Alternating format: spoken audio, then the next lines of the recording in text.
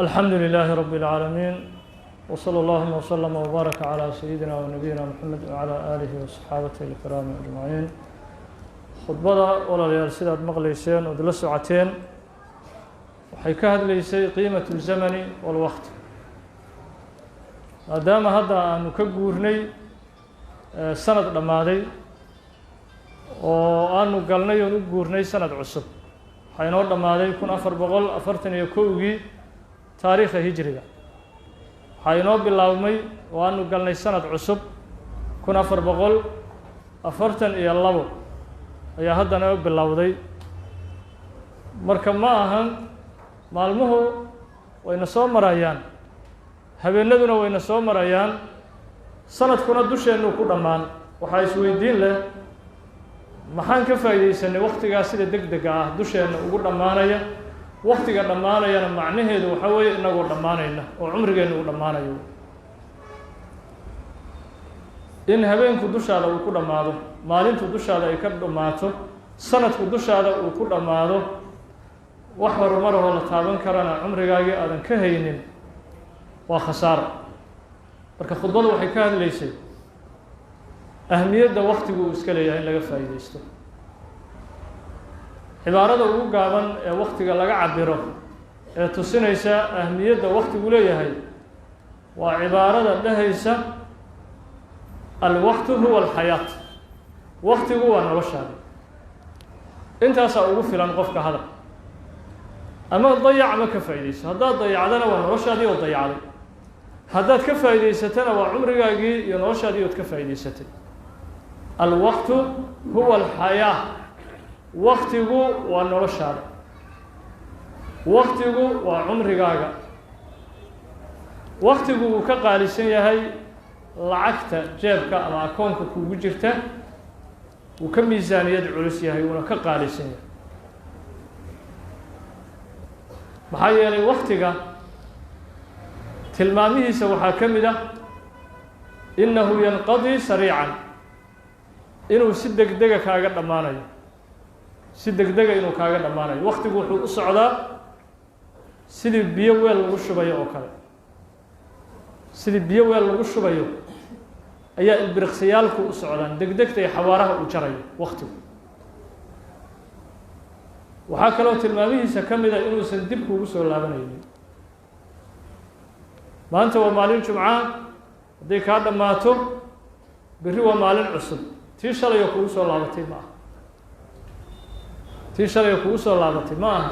maanta cumrigaagu hadduu ka go-o ma aha berri inay inta kuu soo laabanayso cumrigaagii maalin kale lagu darayo ma aha macnaheedu. marka khatarta waqtigu uu leeyahay iyo ahmiyadda uu leeyahay waxaa tusinaya waa wax kaa go-aya oon kuu soo laabanayn cumrigaagina ka go-ay aadna u dhowaatay aakhiradaada iyo qabrigaagii. waxaa kaloo tilmaamaha waqtiga ka mid ah iyo cajaa'ibta uu iska leeyahay suuqa ma yaallo lama soo iibsanayo. waqti meel lagu iibinayo ood leedahay maanta cumrigayga way ka go-day laakiin suuqan ka soo iibsanayaa si aan cumrigaygii maalin kale aan ugu darto ma jiro. waxyaalaha tusinaya khatarta uu waqtigu leeyahay iyo ahmiyadda uu noloshaada u leeyahay. maanta way kaa dhammaatay way iga dhammaatay dukaankan tegaya ama bakhaarka waqtiga lagu iibiyo ayaan tegayaa si maalintii cumrigayga uga go-day aan u soo iibsado cumrigayga aan ugu darsado ma jirto taasina. waa waxyaalaha kugu bixinaya oo kugu khasbaya inaad ka faa'iideysato taasaa ka mid. waqtiga sifaadkiisa iyo tilmaamihiisa waxaa ka mid ah insaanka iyo noolaha oo dhan waa waxyaalaha loo simay ayuu ka mid yahay. qof walba wuxuu haystaa 24 saac. ha noqdo faqiir ha noqdo milyandheer ha noqdo madax shacab madow cadaan qof walba 24 saac way waqtigiisa. qof saacado dheeraada la siiyey oo la yiri kan waa nin hantiilaahay waa nin madax ah 24 saac hal saac loogu daro 25 uu isagu noolaada saacadooda waqtigiisa adigana faqiira tahay 24 saac way waqtigaagu ma jirto waxyaalaha insaanka ilaahay u sameeyay kamid 24 saac haysataa kan milyan dheerkana 24 saac haysta waa u sameeyeen bini aadamku saacadaha shubmaya ee gurmaya iyo habeenada maaragtaa mar walba imanaya insaanku waa u sameeyahay laakiin waxa lagu kala hormaray saacadahaas 24 saac ee shubmaya umrigaaga ka go'aya sida loo maareeyo oo loo maamulo oo looga faa'iideysto ayaa lagu kala hormaray ma jiro dunida qof ku liibaanay adduunyadiisa magac iyo sharaf ku gaaray aakhiradiisana janno iyo khayr ku gaaray ma jiro ilaa waqtigiisu ka faa'iideystay qof magac iyo maamuus adduunya aakhira ku yeeshay ma jiro ilaa waa qof waqtigiisii fahmay qiimaha uu leeyahay oo waqtiga fahmay ahmiyadda uu leeyahay qof fahmay dad aragtid qof horumar gaaray adduunya aakhira labadaba sharaf ku yeeshay waa qof waqtigiisa ku bakhiilay oo beeqaamiyey xasan albasri taabici wahaa soo gaaray saxaabadii nabiga sala allahu wasalam wabaaraka calayh hadalladiisa uu ka yidhi waqtiga waxaa ka mid ahaa wuxuu yidhi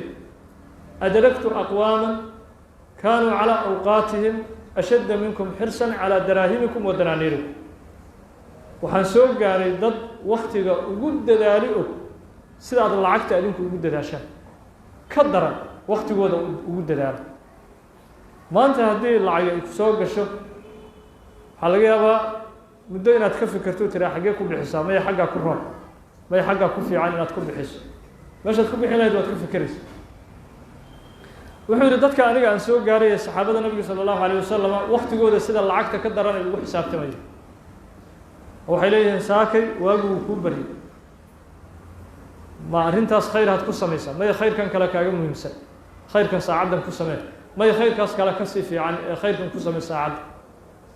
waqtigooday ugu bakiilayeen sida lacagahaad ugu bakiishaan ugu xisaabtantaan ka daranay waqtigooda ugu xisaabtami jireen uu dadka aan soo gaaray xasan albasri ayuu dhahay lidaalika waqtigu qiimaha uu iska leeyahay waxaa tusinaya ilaahay jala jalaaluhu waqtiga in badan ayuu ku dhaartay qur-aankiisa kariimka ah fallaahu cadiim laa yuqsimu ilaa bicadiimin cindah ilaahay waa alla weyn jala jalaaluhu waxaan weynayna kuma dhaaranayo oon qiimo lahayn waxaan agtiisa ka weynayna ilaahay kuma dhaaranayo jala jalaaluhu ilaahay waqtiguu ku dhaarto oo ilaahay wuxuu yidhi walleyli idaa yakshaa waannahaari idaa tajallaa habeenkana waan ku dhaartaa maalintana waan ku dhaartaa ayuu yidhi ilaahay jala jalaaluhu saacaadka habeenka iyo maalinta saacadaheedii ayuu ilaahay ku dhaartay jala jalaaluhu waa qiimaha ay ilaahay agtiisa waqtigu uu ku leeyahay walidaalika ilaahay subxaanahu wa tacaala wuxuu tilmaamay waxyaalaha insaanka la weydiinayo inuu ka mid yahay cumrigaagii maxaad ku bixisay awalam nucamirkum maa yatadakaru fiihi man tadakar wa jaaءakum الnadiir ilaahay jala jalaaluh wuxuu leeyahay miyaanaan idin cumri siin jaanis aad wax ku fahmi kartaan jaanis aad ilaahay ku caabudi karto jaanis aad ku fahmi karto in wax badan ay ku sugayaan oo geeri iyo qabri iyo xisaab iyo cadaab iyo siraad iyo xisaab iyo howlo badan arrimo aad ugu diyaar garoobi karto waqtiya soo kuma annansin waqti kugu filan waqti kugu filan soo kuma annansin ood wax ku fahmi karto ood ku diyaar garoobi karto lidaalika nabigeena sala allahu wasalam wabaaraka calayh xadiiskii bukhaariga wuxuu ku yidhi nicmataani maqbuulun fiihimaa kahiiru min annaas alsixatu waalfaraaq laba nicmo dad badan ayaa ku sirmay oon ka faa'iidaysan caafimaadka iyo waqtiga firaaqada ah oo ilaahay uu siiyey labadaas nicmo dadaan ka faa'iidaysan dad badan ayaa ku sirmay ku dagmay ku ajarmay oo aan ka faa'iidaysan labadaas nicmo yuri nabigu sala allahu alayh wasalam nabigu marka wuxuu tilmaamaya xadiisku tilmaamaya dadka waqtigooda ka faa'iidaystaa inayba yar yihiin waqtiga dadka ka faa'iidaysta inay war yihiin oo waqtigooda ku xisaabtama ayuu noo tilmaamay nabigu sala allahu wasalam wabaaraka calayh.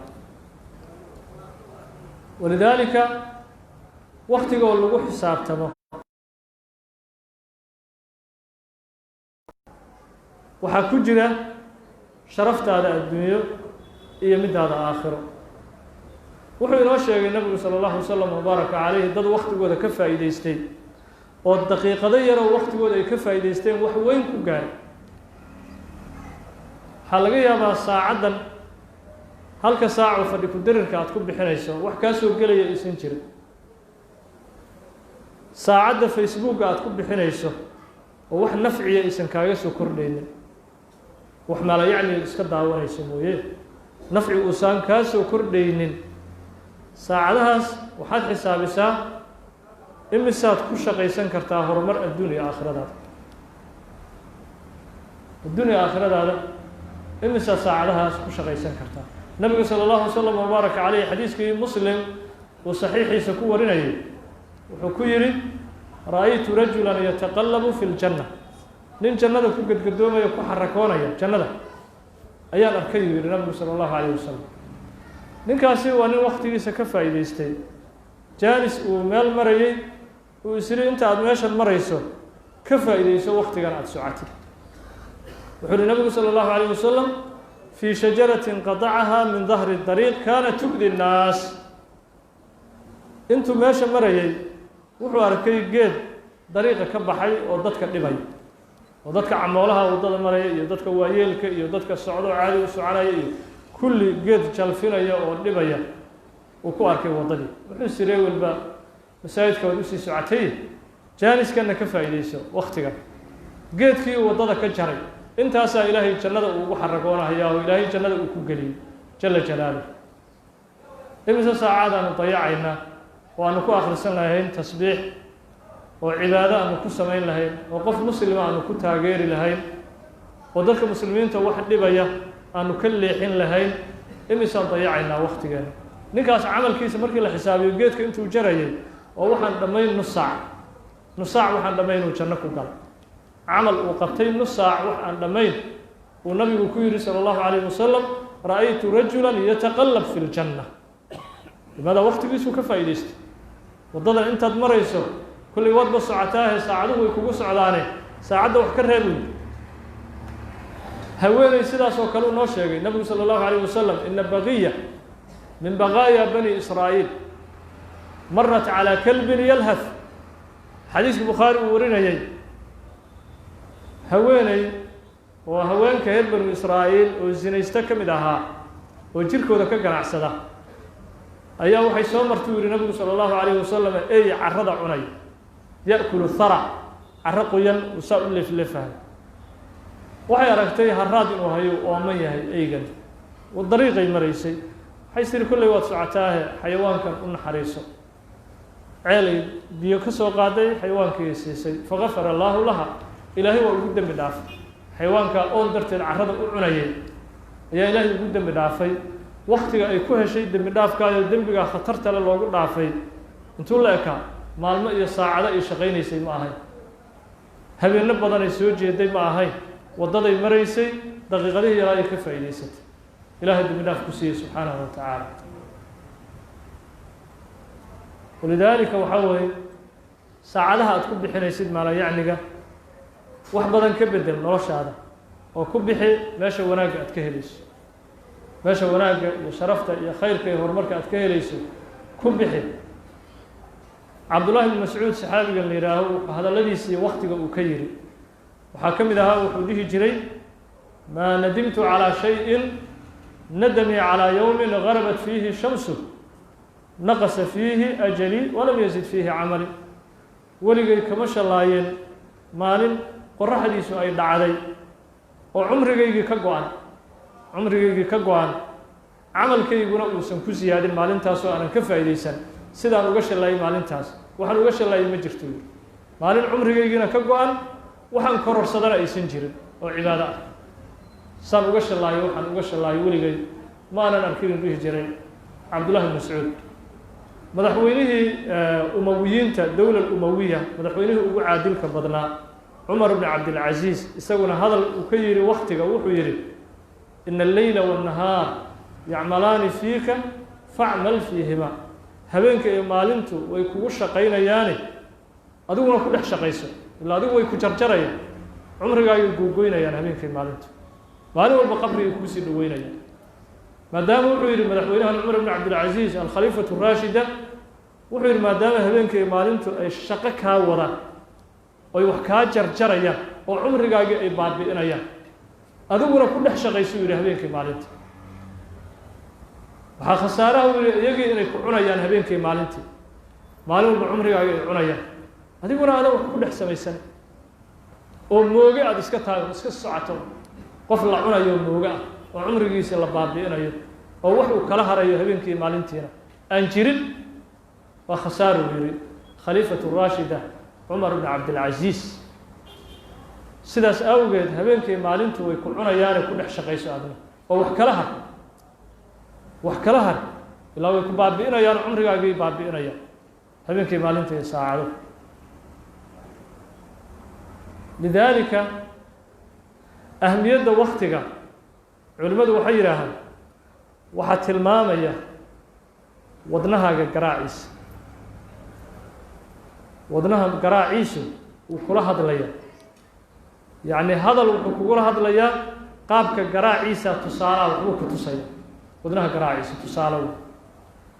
nin gabyaayaha wadnaha garaaciisa iyo sida uu hadlayo ka cabiro wuxuu yiri daqaatu qalbi almar'i qaa'ilatun lahu inna alhayata daqaa'iqu wa thawani wadnaha garaaciisa wuxuu ku leeyahay noloshu waa daqiiqado iyo sekano ee ka faa'iideyso yani jagta uu leeyahay hal mar uu saa ku garaacayo waan tagay البرخس ياتي عمرها كم كقاي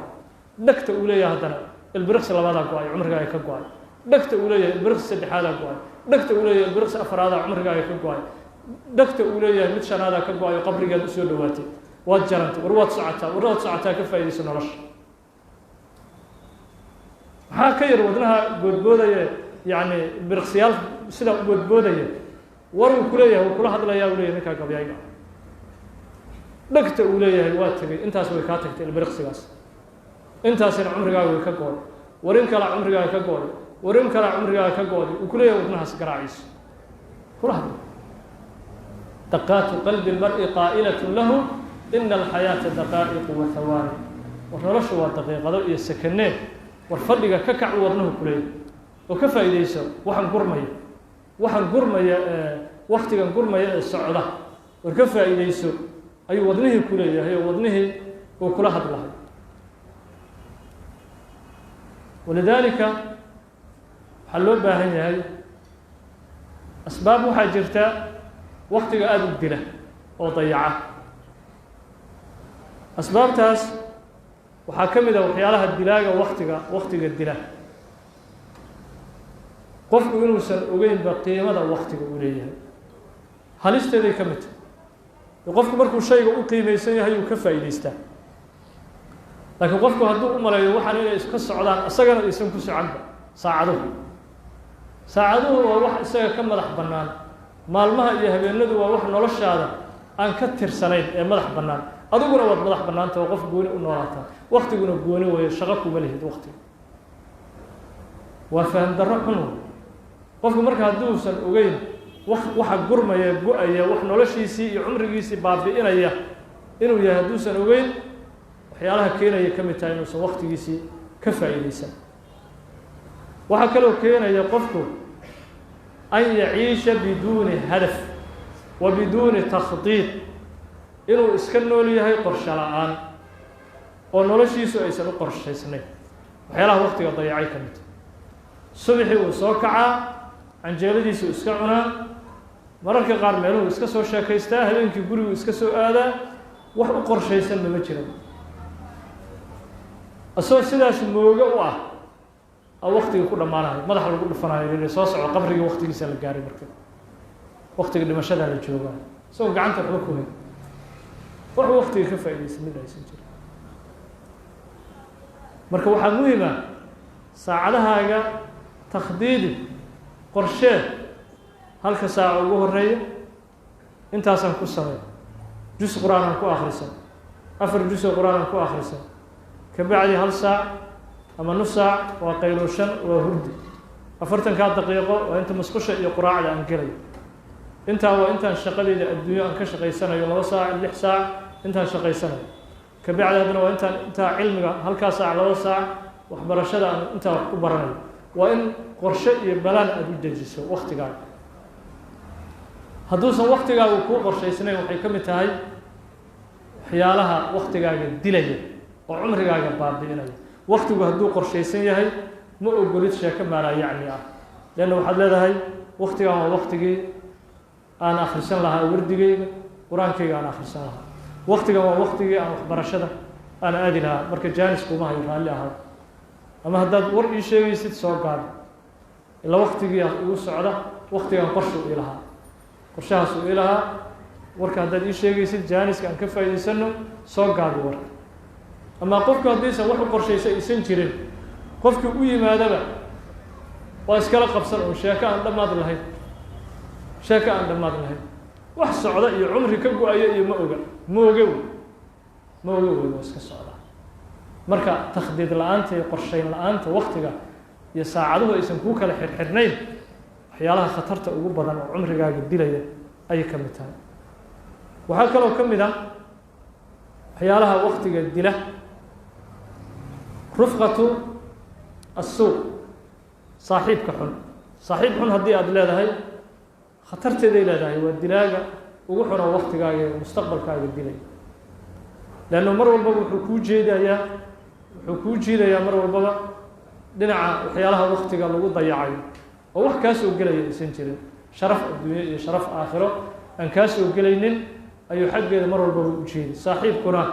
waa noloshaada waxyaalaha ugu saameynta badan saaxiibku hadduu kugu xun yahay way adag tahay inaad toosto oo waqtigaaga aad ka faa'iidaysato aad ayay u adag tahay marka saaxiibka xun isaguna wuxuu ka mid yahay waxyaalaha dilaaga ah oo waqtigaaga dilaya ayay ka mid tahay sidaas awgeed culimada muslimiinta ah markaad fiiriso taariikhdooda iyo qof walba dunidan magac iyo aakhiraba magac ku yeeshay waxay ahaan jireen dad waqtigooda agtooda uu qaali ka yahay sheekh la dhihi jiray abulwafaa ibn alcaqiil alxambali wuxuu samayn jiray muufada iyo waxyaalaha calalinta ee waqtiga dheer u baahan wuxuu dhihi jiray gurigeyga yaan laga karin xaaskiisa wuxuu dhihi jiray cuntada si fudud loo dhunxinayo sida mushaarida iyo waxyaalaha la mid ah jaanis dheer aan iga qaadanayn iyo calalin aan iga qaadanayn badan cuntada ii sameeyo dhihi jiray abulwafaa ibnu caqiil wala fiiri ma aha facebook la fiirsanayo iyo jaanis maaragtahay wax kudir fadhi kudirir la sameynayo iyo ma aha cuntadiyaa laga fikerayaa cuntada waqtiga badan qaadanaysa iyo waqtiga yar cuntada qaadanaysa ayaa la kala xisaabinayaa fiir taasuu ahaa abulwafaa ibnu caqiil sheekhaas dunida wuxuu uga tegey acdama mu'alafin fi taariikh taariikhda kitaabka ugu weyn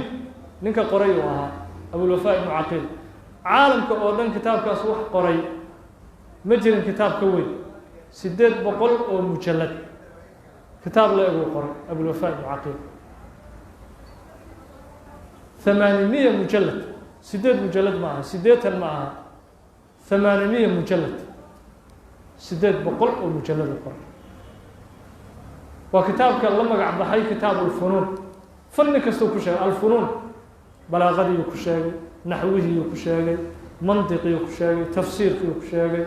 fiqhigii ku sheegay siiradii nabiga sallallahu alayhi wasallam ku sheegay wuxuu kaloo ku sheegay munaadaraad iyo doodo uu dad la galay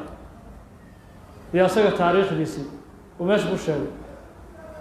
wuxuu kaloo ku sheegay sababaha ku kalifay kitaabkan inuu alifo iyo sida 800 oo mujallad uu u qoray iyadoo cumrigiisu intaa la egyahay sheekha waa bakhiilad uu ku bakhiilay waqtigiisii aad ugu xisaabtay dahabi raximahullahu tacaala wuxuu yidhi kitaab ka weyn oo ka badan caalamka taariikhda lama qorin marka wax badan waxaa qaban kara qofkii waqtigiisa ka faa'iidaystay haddaad waqtigaaga ka faa'iidaysan waxaad arki adigoo 60-70 sano jira dibna haddaad u fiiriso waqtigii aad soo martay waxaad gacanta ku haysa aysan jirin gacanta waxaad ku hayso aysan jirin oo aad iska noolaan jirtay laakiin haddaad waqtiga aad ka faa'iidaysato nafsadaada waxaad uga tegi taariikh mudiic ah taariikh iftiimayaad nafsadaada uga tegi dad waqtigaa ka faa'iidaysato aakhirana ilaahay subxaanahu wa tacaala waxaad ka mid noqon dadka uu ku karaameynayo jannadiisa ilaahay uu ku karaameynayo dad waqtiga ka faa'iidaysato bal iska dhaafee taariikhda islaamka waxyaalaha la diiwaan geliyey la qoray waxaa ka mid ahaa culimaa ulislaam waqtiga bini aadamka ugu duruufaha adag uu ku jiro waa waqtiga uu sakaraadayo waqtiga sakaraadka ayaa laga faa'iidaysanayay culimada qaar inta dareenkooda iyo caqligooda uu joogo ayay ka faa'iidaysanayay yaa isdhihi karaa qof sakaraadayo waqtigiisa ilaalinaya waxaa ka mid ahaa sheekhii la dhihi jiray maxamed albayruni alimaam albayruni alkhawaarzimi wuxuu ku magac leeyahay khawaarzimi waa nin falaki ah riyaadi ah ayuu ahaa dadkii cilmiga xisaabta iyo falaga iyo kutub badan ka qoray ayuu ahaa jiray bayruni sheekhaas maalin maalmaha ka mid ah markii saacaddii ugu dambeysay uu dhimanaya isagoo sakaraadaya ayaa nin ardaygiisa usoo galay markaasuu wuxuu yidhi kayfa aljaddaat alfaasida ayeeyooyinka aan wax dhaxlin iisoo tira koob uu yidhi inta ayeeyo aan dhaxal lahayn aljaddaat alfaasida ayaa rabaa inaan tira kooda aan helo markaasuu yihi sheekhu xaaladan oo kale aan kuu keeni warqado iyo cilmi faraa'id iyo dhaxal waadba xaaladan aad ku sugan tahay markaasuu wuxuu yidhi uwadicu dunya wa ana caarif biha waxaan rabaa adduunyada inaan sagootiyo anigoo mas'aladan garanayo fahamsan masaladan faraa'idka inaan adduunyadii sagootiyo ayaan rabaa waanoo jaahil ka ah masaladan inaan ka baxo adduunyada mar rabo maadaama daqiiqaddii ugu dambeysay ay tahay waan u keenu yidhi waan ku dul akriyay jaddaat alfaasida sheekhu waa intaas waa intaa ayeeyooyinka aan dhaxalka lahayn intaas way xisaabtoodu markaan dhammeeyey oo gurigii ka baxaan is leeyahay waxaan maqlay yidhi qoyskii sheekhu ooyaya war maxaa dhacay sheekh yaa naftu ka baxday alkhawaarzimi waa albaabku markaan maraya ilaa hada alxad ay ahaayeen dadka garanaya waqtiga qiimihiisa dadka fahmaya ilaa xadkaasay ahaayeen yani inay ugu dadaalaan ka faa'iidaysiga waqtiga taariikhdaas waxaa sheegay oo qoray yaquut alxamawi kitaabka la yidhaha mucjam albuldaan kitaabka la yidhaha iska leeyahay sheekha la yidhaha yaquut alxamawi ayuu uga taariikheeyey alimaam alkhawaarzimi xaaladdii uu sakaraadayey inuu yihi masaa'ilka ha la iisoo qoro laga fiirso waxaa sidaas oo kale la mid ahaa abu yuusuf alqaadi dowladdii haaruun rashiid qaadiyu ka ahaa dowladdii alimaam almahdi oo cabaasiyiinta dowla alcabaasiya madaxweynaha isagana qaaliyi u ahaan jiray 3 madaxweyne oo qaali u ahaan jiray abu yuusuf alqaadi saddexdoodana kulligood waxay ku jireen dowladdii cabaasiyiintii ku jireen waa ninka ugu horreeyo magaca la baxay qaadi lqudaat ninkaas maalintii uu dhimanayay 3 dowladood oo qaali ka ahaan jiray abu yuusuf alqaadi maalintuu dhimanayay nin ardaygiisa usoo galay markaasuu wuxuu yidhi waxaad iisoo baartaahuu yidhi qofka xaajiga ah dhagax tuurka markuu samaynayo oo dhagaxa la tuuranayo ma waxaa fadli badan isagoo daabadiisa iyo faraskiisa saaran inuu dhagaxa tuuro mise asagoo lugeynaya fiican oo u ajir badan inuu dhagaxa tuuro masaladaas waa iga ishkaal gashaye bal isoo fiiri yidhi sheekhan kitaabka usoo qaado yidhi waan u keenay masaladii markuu akriyana naftaa ka baxday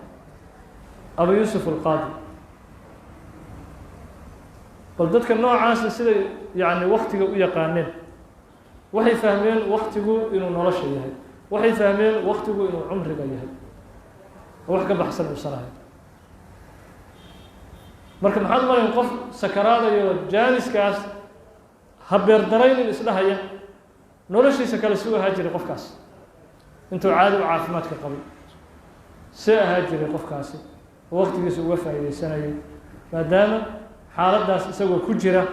oo waqtigiisa uu ka faa'iidaysanayo lidaalika mar walbaba waxaa muhim ah qofka insaanka ah inuu ogaado waqtigu inuu yahay noloshiisa waxa ugu muhiimsan oo waqtigaad uga faa'iidaysan kartana mar walbaba maalmahan iyo habeenadan kugu soconaya waa inaad mar walbaba takhdiid aad samayso oo waqtigaada aad qorshayso waa inaad akhriso oo aad daalacayso kutubta ka hadlaya waqtiga ka hadlaya waxaa ugu fiican